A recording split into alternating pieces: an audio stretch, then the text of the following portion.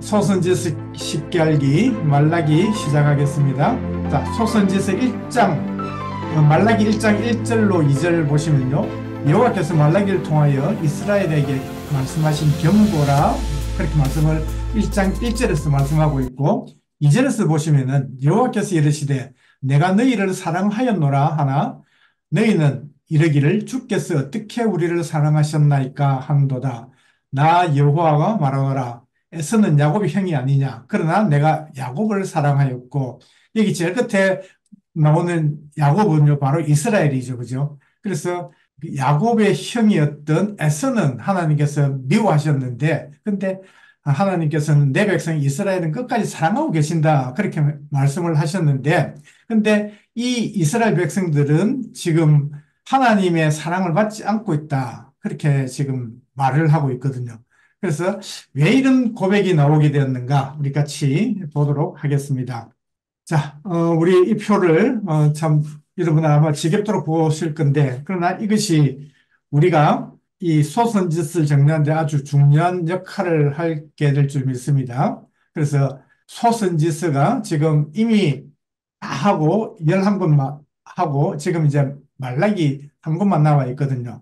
몇 번이나 제가 말씀드렸는데 북이스라엘에는요 호아요, 좋아요, 호아요 그래서 세 권이 있었습니다. 그리고 제일 첫 번째 시기적으로 제일 첫 번째 기록된 것이 바로 요아스 남쪽 유다 요아스 때 요엘 그죠? 이 메뚜기 선지자라 그렇게 했습니다. 요엘은 메뚜기 재앙을 선포한 거거든요. 이때가 한 830년경 된단 말이죠.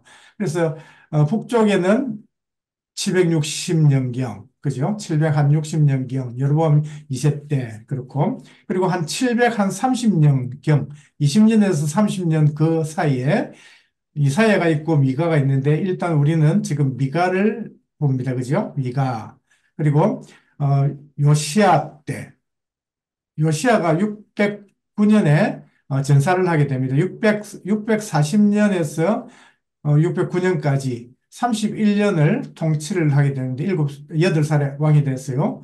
그래서 이 요시아 때 호아요, 좋아요, 오빠가 나서봐 그렇게 했죠. 그리고 요야김 때 하박국, 그래서 요야김 왕이 김하고 호박국을 좋아한다 그렇게 외우면 좋다고 제가 말씀을 드린 것 같습니다.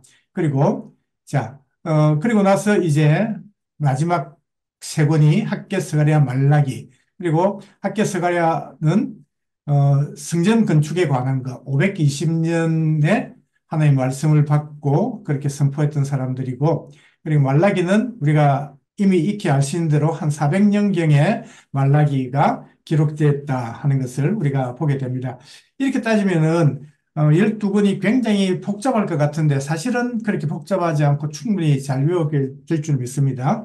하나님의 성전이 조금 전에 우리가 학개 스가랴를 통해서 하나님의 말씀을 주셨죠. 그래서 이들이 다시 한번 일어나서 중단되었던 16년을 이기고 그리고 나서 이제 재건축을 시작을 하죠. 그래서 4년 6개월 정도에 걸쳐서 516년에 6월 24일 날 이제 다리오 왕이 기준이거든요. 바사의 다리오 왕 2년, 그죠? 2년 6월 24일 날 시작을 해가지고, 완공됐을 때가 6년 12월 3일이었거든요. 그러니까, 4년 6개월이 조금 안 됐는데, 약 4년 6개월 정도 걸려서 완공이 되었습니다. 이것을 우리가 좀 정리를 좀 하시면 좋겠고요. 그리고 나서 이제 1차 포로 기한에서 성전 건축을 했고 스룹바벨이요. 그리고 2차 포로 기한은 458년에 귀환을 하게 되거든요. 그래서 에스라 성경을 보면 1장부터 6장까지는 1차 포로 기한에 관한 스룹바벨에 관한 성전 건축에 관한 것이고 7장부터 10장까지는 그 에스라 자신이 돌아와서 이제 2차 포로에서 돌아온 것을 기록하고 있거든요. 그러면은 바로 그 같은 곳이 있기 때문에 우리가 연도를 기억하지 못하면은 이것이 굉장히 뭐 근처에서 일어나는 것, 곧 일어난 것처럼 생각을 할 수 있는데, 그런데 538년에 1차 포로기한이 있었고 2차 포로기한은 458년이거든요. 그러면 이 1차와 2차 사이에는 80년이라는 시간이 존재를 하는 거예요. 그래서 이런 갭이 있기 때문에 이제 성전 건축을 시작을 했던 때가 520년부터 다시 시작을 하게 되잖아요. 그러면은 2차 포로에서 포로 귀환을 했을 때는 약 한 60년 정도, 그러니까 정확하게 58년 정도 이후에 성전 건축이 일어난 완공이 된 뒤에 에스라가 한 5천 명 정도를 데리고 포로 귀환을 2차 포로 귀환을 했거든요. 그때 에스라가 바로 학자 겸 제사장이었다. 그래서 그가 영적 각성 운동, 그러니까 신앙 개혁을 침체되었던 그들을 다시 한번 일으켜서 하나님 말씀으로 돌아오고 그렇게 영적으로 진짜 제대로 살아갈 수 있도록 그렇게 영적 각성 운동을 했던 사람이 바로 에스라였다는 것이죠. 그리고 나서 한 14년 정도를 지나온 뒤에 13, 14년 정도 뒤에 444년에 3차 포로 기한이 있습니다. 이때 느헤미야가 오게 되죠. 그래서 총독으로 왔던 그가 예루살렘 성벽을 건축을 하죠. 그러니까 지금 느헤미야가 쌓았던 성벽이 이런 성벽을 쌓았다고 생각하시면 돼요. 지금 이 그림 있잖아요. 그죠? 이것을 쌓았다 하는 것이죠. 그러니까 처음과는 또 히스기야 하고 좀 다른 그런 성벽이다 하는 것이죠. 자, 그림을 참고하시고, 그리고 나서 이제 약 40년 후, 다시 이제 하나님께서는 말라기 선지자를 통해서 하나님 말씀을 하시거든요. 이때가 400년 전후가 되겠죠. 400년 전후가 될 것인데, 뭐 저는 아닐지 몰라도 430년, 그러니까 느헤미야 이후로 430년에서 한 400년 정도 사이를 길게 볼 수도 있고, 안 그러면 400년으로 잡아도 별 큰 무리는 없을 것 같습니다. 그리고 나서 하나님의 약속대로 이제 예수님께서 탄생을 하죠. 그래서 주전 4년이라고 우리가 알고, 뭐 때로는 우리가 영년, 예수님이 오시고 새로운 신약 시대가 시작되었기 때문에 영년으로 생각해도 우리는 괜찮다 하는 것이죠. 그래서 한 400년 후에 하나님께서는 약속대로 언약의 사자였던 예수님을 보내신다, 메시아로 보내신다 하는 것을 우리가 알고 있습니다. 자, 이런 역사적인 배경을 가지고 우리 같이 한번 보도록 하겠습니다. 말라기 오늘 우리 1장 2절 보시면은 하나님께서 내가 너희를 사랑하였노라 그렇게 말씀을 하셨는데, 근데 이 백성들은 주께서 어떻게 우리를 사랑하셨나이까? 하나님의 사랑은 우리가 받지를 못했습니다. 하나님께서 어떻게 우리를 사랑하셨나이까? 무엇을 보고 우리가 하나님의 사랑을 받았음을 우리가 알 수 있을까요? 지금 이런 뉘앙스가 있단 말이죠. 그래서 조금 전에 말씀을 드렸는데 왜 이 백성들이 이스라엘은 하나님의 사랑을 받지 못한다고 생각을 하는가 하는 것이죠. 그래서 자, 성전이 이미 건축이 되었습니다. 지금 우리가 말라기를 일단 400년으로 본다면은 성전 건축이 516년에 일어났었잖아요. 그죠? 그러면 적어도 성전이 건축된 것은요, 100년, 뭐 120년, 뭐 한 100년 정도는 좋게 지났을 때다 말이죠. 그러면 성전은 뭐 하는 곳입니까? 예배를 드리는, 제사를 드리는 것이잖아요. 그러니 제사를 지금 이 이스라엘 백성들이 제사를 드리고 있는 것이 바로 100년을 변하지 않고 하나님께 제사를 드리고 있단 말이죠. 그래, 우리가 제사를 잘 드리고 있습니다. 그리고 또 예루살렘 성벽도 좀 전에 봤던 세 번째 포로스 기한했던 느헤미야를 통해서 힘을 모아가지고 정말 이건 불가능하다고 생각했었는데 52일 만에 하나님 도성을 다시 회복했다 하는 것이죠. 그런데도 불구하고 자, 제사를 잘 드리고 있고, 그리고 하나님 도성도 무너진 그 성벽을 잘 쌓아가지고 이렇게 하나님 나라를 지금 든든하게 세웠는데 왜 우리에게 하나님께서 복을 주시지 않으셔가지고 메뚜기 장이 계속 오고, 그리고 포도 열매를 먹을 만하면 다 떨어져 버리고 밭의 농작물도 수확을 제대로 거둘 수 없고, 그러니까 어떻게 해요? 삶이 너무 힘들겠죠.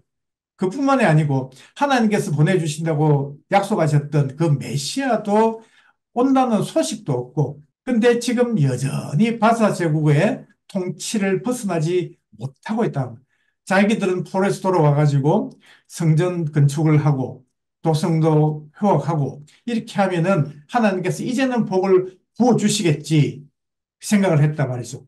근데 이스라엘 백성들은 정말 힘을 다해서 하나님 앞에 숨기고 제사하고 믿음을 지키면서 살았는데, 근데 자기들에게 돌아온 것은 아무것도 없었다는 거죠. 그래서 결론이 뭘까요? 하나님은 우리를 사랑하지 않으신다 하는 그런 결론을 내렸다는 것이죠. 그런데 참 놀라운 것이 우리가 잘 아시는 말라기스를 보시면은 나와 있는데, 하나님께서 너희들이 엄청난 죄를 짓고 있다 하고 지적을 하시거든요. 그래서 첫째는요, 제사장들, 너희들, 제사를 지내는 너희들이 지금 하나님을 멸시한다. 그렇게 말씀을 하고 있죠. 그래서 제사장들이 어떤 죄를 지었는가 하면은 더러운 떡을 제단에 드리는 거예요. 그죠? 묵은 희생 제물을 바치는 겁니다. 저는 것, 병든 것, 이런 것 갖다 버려야 될 것들, 그런 것들을 모아가지고 하나님 앞에 제사를 지낸다고 제사를 지내고 있는 거예요. 이들이 지금 현재 현실적인 이 팩트인 거예요. 그러니까 하나님 앞에 이제 제사를 지냈으니까 하나님께 은혜를 구하면서 우리를 불쌍해 주시려 하고 기도를 하고 있단 말이죠. 그러니까 하나님께서는 1장 10절에 보시면요. 재단에서 헛되게 불사르지 못하게 성전문을 닫을 사람이 있으면 좋겠다. 그렇게 말씀하시는 거예요. 얼마나 참 하나님 답답하실까요? 그래서 이들은 제사를 번거롭게 여기고 호송치고 훔친 물건들, 저는 것, 병든 것, 이런 것이 하나님 앞에 바치는 공헌물로 바치고 수컷이 버젓이 있음에도 불구하고 흠 있는 것으로 막 갖다 버리고 돈 안 되는 것들, 그런 것들만 가지고 사람을 속일 수 있어도 하나님까지 속이려고 이렇게 서원의 제물로 하나님께 드리고 있단 말이죠. 그래서 하나님께서는 13절에서요, 내가 그것을 너희 손에서 받겠느냐.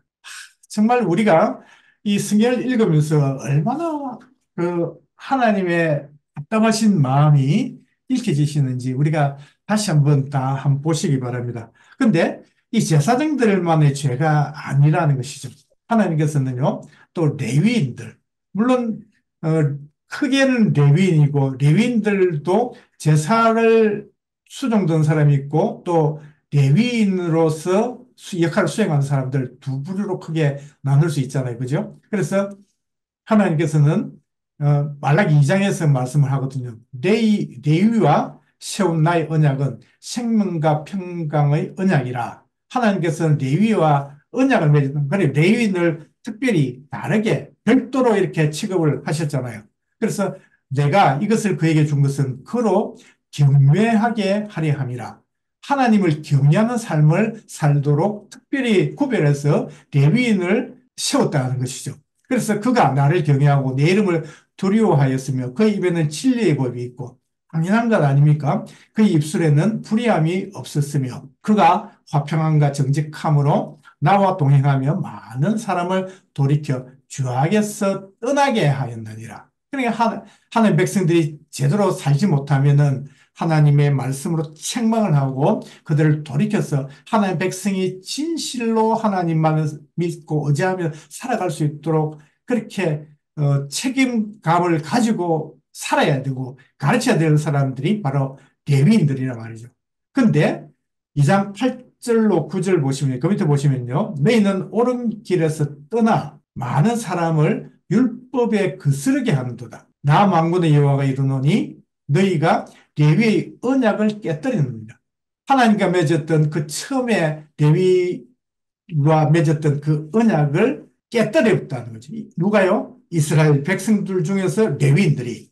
그래서 너희가 내 길을 지키지 아니하고 율법을 행할 때 사람에게 치우치게. 그러니까 하나님을 보지 않고 사람이 원하는 대로 사람의 입장에서 그렇게 가르치고 권면하고 이렇게 했더라는 거죠. 그래서 나도 너희로 하여금 모든 백성 앞에서 멸시와 천대를 당하게 하였느니라 하시니라. 제사장들이 마땅한 하나님 앞에 온전한 믿음으로 제사를 드려야 되는데 레위인들은 정말 백성들을 잘 가르치고 그렇게 해야 되는데도 그것을 다 깨뜨려 버렸다.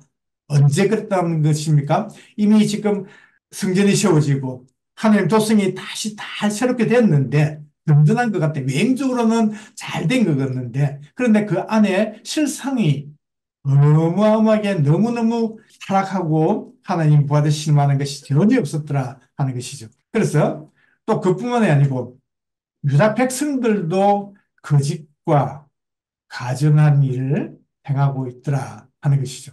그래서 유다는 거짓을 행하고 이방 신들을 믿는 딸들과 결혼하고 그러니 이방인들과 섞이면 안 되는데 그 섞이는 자들이 있단 말이죠. 그리고 또 다른 사람들의 눈물과 울음과 탄식으로 그렇게 함으로써 하나님의 재단을 가리게 사람들이 바로 있었단 말이죠. 그래서 그런 사람들이 누구냐 하면 바로 유다 백성들이라는. 지금 주전 400년이라면은 북이스라엘은 지금 722년에 이미 다 멸망을 했기 때문에 지금 있는 사람들은요, 그 유다 백성들밖에 없잖아요. 그죠? 이제 포로에서 돌아온 사람들도 유다 백성들이니까. 그래서 그들이 그렇게 하나님을 제대로 모시고 살아야 함에도 이렇게 거짓된 모습으로 살아가고 있다 하는 거죠. 그뿐만 아니고 그들이 내뱉는 악한 말을 통해서 하나님을 괴롭힌다 하는 거죠. 뭐냐 하면 바로 정의의 하나님이 어디 계시냐 하는 거죠. 너희가 말로 여호와를 괴롭히고도 괴롭게 하고도 이러기를 우리가 어떻게 여호와를 괴롭혀 드린다니까. 진짜 어떻게 이 백성들이 이토록 타락할 수 있을까요? 이는 너희가 말하기를 모든 악을 행하는 자는 여호와의 눈에 좋게 보이며 그러니까 지금 이들이 내뱉는 것이 자기들은 선한데 자기들이 볼 때 악한 자를 행하는 자들, 악을 행하는 자들, 그들이 여호와의 눈에 좋게 보이며 그에게 기쁨이 된다. 하나님 앞에 적이 기쁨이 되고 그래서 복 받는다 생각한다는 거죠. 또 말하기를 그러니까 정의의 하나님이 어디 계시냐 이런 식으로 지금 말을 하고 있으니까 하나님이 얼마나 답답하실까요? 근데 하나님은 3장에서 보시면 3장을 시작하면서 하나님의 사랑이 그 변함이 없음을 말씀을 하고 있거든요. 그래서 하나님께서는 오전에 메시아를 보내겠다 한 그것을 지키겠다는 거죠. 말라기 3장 1절과 2절 보시면 만군의 여호와가 이르노라 보라 내가 내 사자를 보내리니 그가 내 앞에서 길을 준비할 것이요. 이 사자는요 바로 그 세례요한이죠. 그래서 엘리야로 지칭되는 세례요한이죠. 또 너희가 구하는 바 주가 갑자기 그의 성전에 임하시리니 곧 너희가 사모하는 바 언약을 하나님께서 약속하셨던 그 사자 이분이 바로 메시아거든요. 메시아를 보내시겠다는 거죠. 그가 임하시는 날을 누가 능히 당하며 그가 나타날 때에 누가 능히 쓰리요. 그는 금을 연단하는 자의 불과 표백하는 자의 잿물과 같을 것이라. 우리가 여기서 한번 생각하셔야 될 것이 뭐냐면은 이 이스라엘 백성들, 유다 백성들이죠. 이들이 메시아를 기다리고 있단 말이에요. 지금 바사의 압제를 받고 있습니다. 그래서 자기들의 그 소원이 뭘까요? 이 해방이죠. 그래서 완전히 정말 하나님의 나라가 다시 회복되는 것을 지금 바라고 있을 것인데, 그래서 메시아를 기다리고 있겠죠. 그런데 하나님께서는 말씀이 내가 심판하러 너에게 임할 것이라 심판을 하시겠다는 것을 분명히 말씀하고 계시거든요. 그래서 누구를 심판하시는가 하면 점치는 자, 간음하는 자, 거짓 맹세하는 자, 꿈꾼의 삭세자에 억울하게 하며 과부와 고아를 압제하며 나그네를 억울하게 하며 나를 하나님을 경외하지 아니하는 자들에게 속히 정언하리라. 그들을 심판하시겠다. 그렇게 말씀하시면서 만군의 여호와가 말하였느니라. 그 말씀하시거든요. 정말 하나님의 백성들이 하나님의 백성답게 살 때 복을 받게 된다 하는 것을 우리가 다시 한번 느끼게 되는 것이죠. 그래서 이 백성들이 지금 살아가는 그 모습들이 얼마나 타락하고 정말 하나님 보시기에 정말 그 회복할 수 없는 그런 모습인 줄 자기 스스로들은 모르는 거예요. 그래서 하나님께서는 너희들이 지금 기다리는, 너희들이 생각하는 그 메시아, 그 메시아를 기다린 그것을 너희들의 착각에서, 꿈에서 깨라는 거죠. 착각하지 말라는 거죠. 그래서 내가 반드시 내가 올 때는, 그러니까 메시아가 오실 때는 심판의 주로 오실 것이다 하는 것이죠. 그래서 이 말씀을 제가 얼마 전에 그 누가복음 2장에 보시면은 성전에서 예루살렘의 그 성전에서요 시몬이 메시아의 오심을 기다리고 있잖아요. 시몬 나이 많은 시몬이 기다리고 있다가 예수님께서 탄생을 하셔가지고 지금 이제 정결 예식을 하기 위해서 오거든요. 성전에 들어왔을 때 그 아기를 안고 시몬이 기쁘게 하나님 앞에 기도하면서 고백하는 것이 있는데, 이제는 주님께서 저를 평안히 놓아 주십니다. 이제는 내가 편안히 죽을 수 있겠네요. 그때 하나님께서는 네가 주를 보기 전에는 죽지 아니하리라 그렇게 말씀을 하셨거든요. 그래서 자기가 이제 죽을 때가 되었는데 아직 메시아를 보고 죽어야 되는데 이제는 내가 죽을 수 있겠군요 하면서 그분은 지금 하나님 보내주신 그분 메시아 그분은 바로 기준이 된단 말이죠.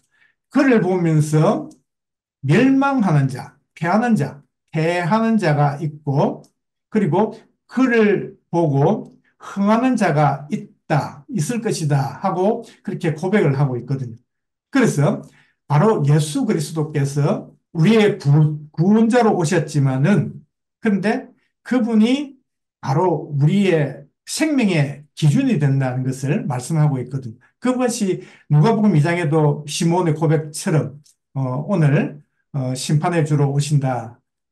이 말씀도 그대로 다 동일하게 적용이 되는 것 같습니다. 그래서 하나님께서는요, 3장에 보시면은 하나님께 돌아오라. 그렇게 말씀을 합니다. 3장 7절 보시면은 만군의 여호와가 이르노라. 너희 조상의 날로부터 너희가 나의 규례를 떠나 지키지 아니하였도다. 그러니까 하나님의 율법, 하나님의 규례를 지키지 않았단 말이죠.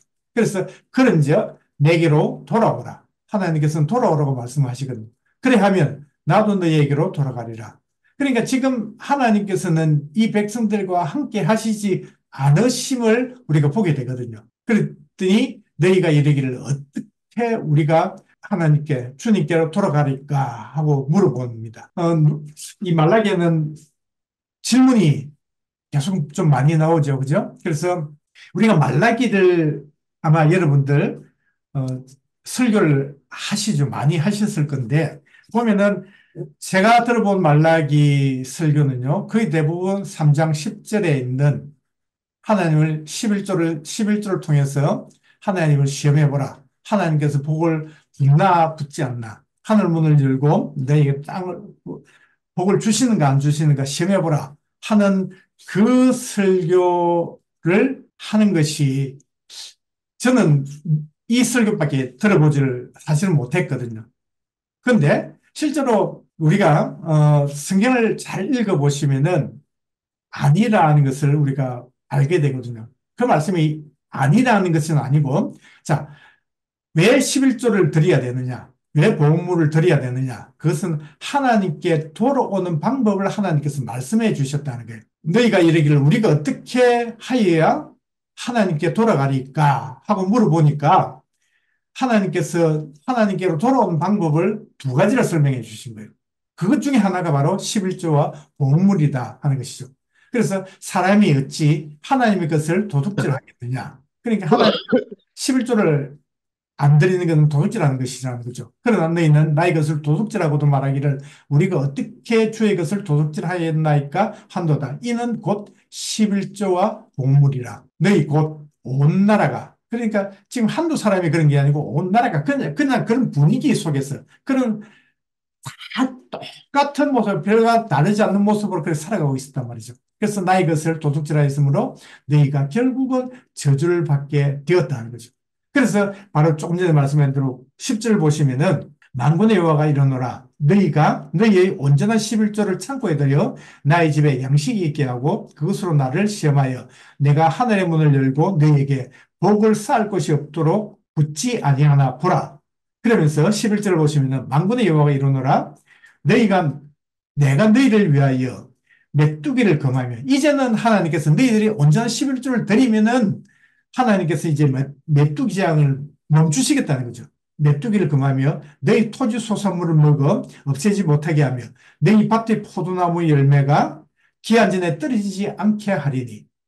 그러니까 온전한 11조가 그런 거잖아요. 하나님께서 나에게 복을 주셨으므로 내가 10분의 1을 열의 하나를 하나님께 구별해서 드립니다 하는 신앙 고백이거든요. 그래서 이 신앙 고백을 제대로 하면은 하나님께서 거기에 대한 그 신앙 고백에 대한 그 복을 주시겠다 하는 것이 바로 10절과 11절에 나와 있거든요.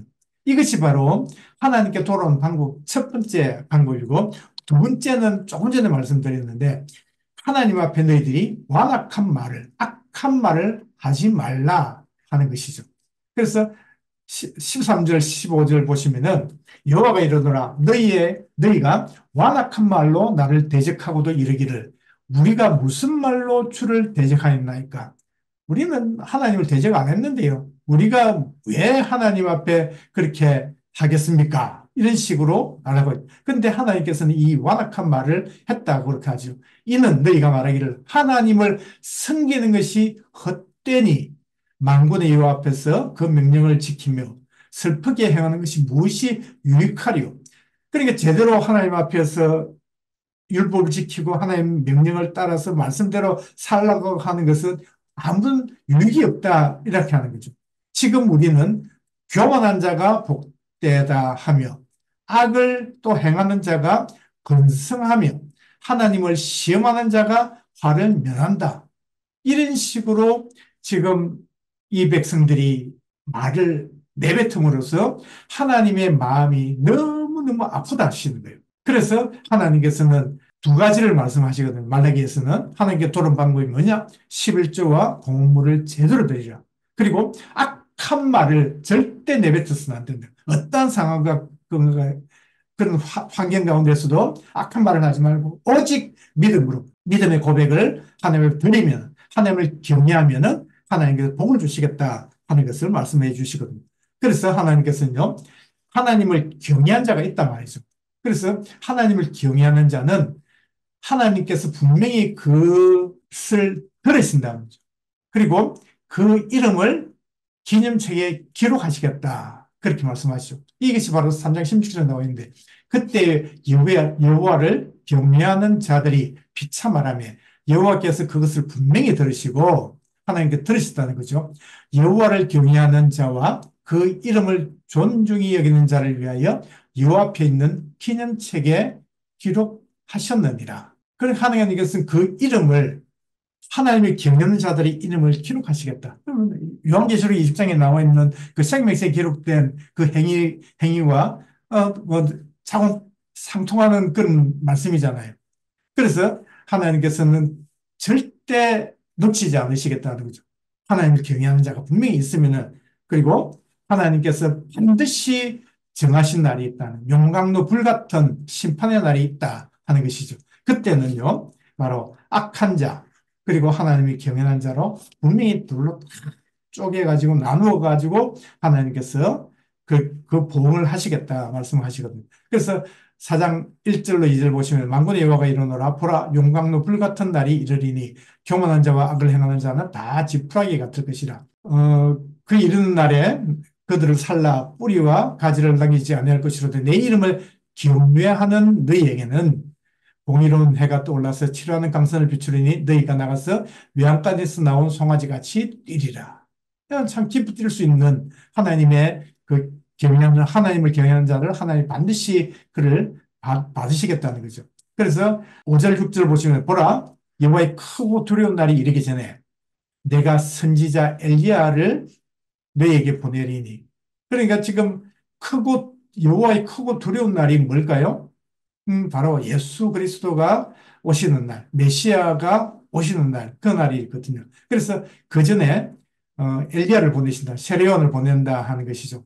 그가 아버지의 마음을 자녀에게 돌이켜 하고 자녀들의 마음을 그들의 아버지에게로 돌이키게 하리라.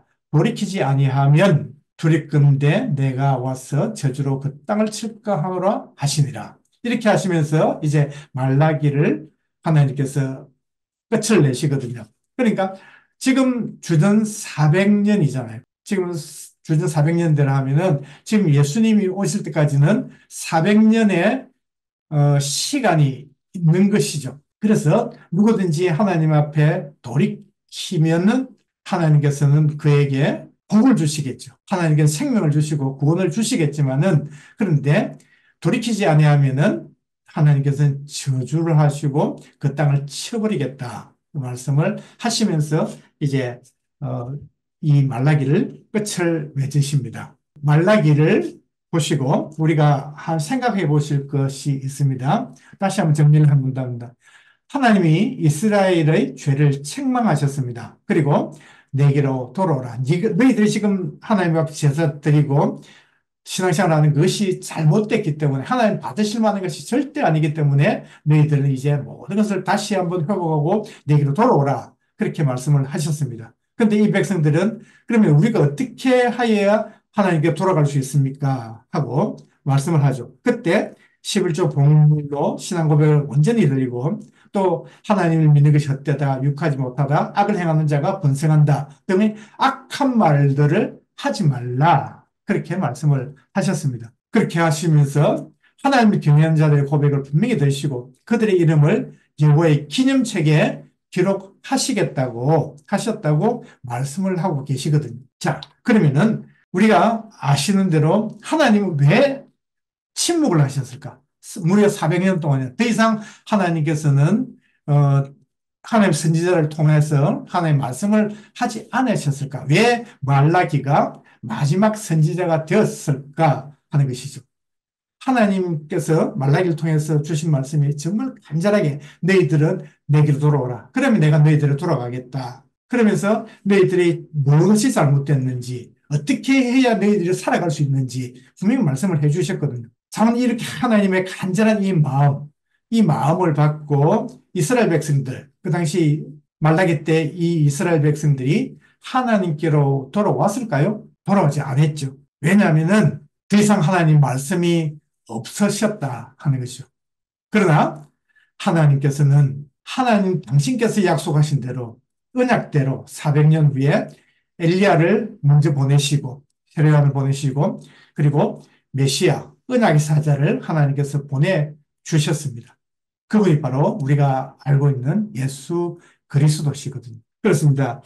참 말라기를 제가 참 좋아하는 책입니다. 제일 좋아하는데 하나님의 마음이 절절하게 느껴지는 거예요. 그래서 왜 하나님께서는 이렇게 간절하게 돌아오라고 하나님의 돌아와야지 내 복받고 구원을 받을 수 있다고 생명을 얻을 수 있다고 그렇게 말씀을 하셨는데 돌아오지 않았을까? 그래서 이 백성들은 그래도 하나님께로 돌아오지 아니하셨으므로 하나님께서는 더 이상 선지자를 보내지 않고 그러나 하나님께서는 약속대로 하나님 당신께서 약속하신 대로 예수 그리스도를 400년 후에 우리를 구원하시기 위해서 보내주셨습니다. 그런데 그분이 평강의 왕이지만은 정말 믿는 자들에게는 평강의 왕이고 복의 근원이 되지만은 그러나 믿지 않는 자들 아까 말씀드린 대로 기준이 돼가지고 믿지 않는 자들에게는 그것이 바로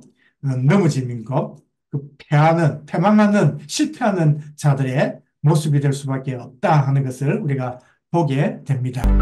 이것이 바로 말라기 제일 구약 성경의 소선지서의 마지막 책이었던 말라기의 내용이었습니다.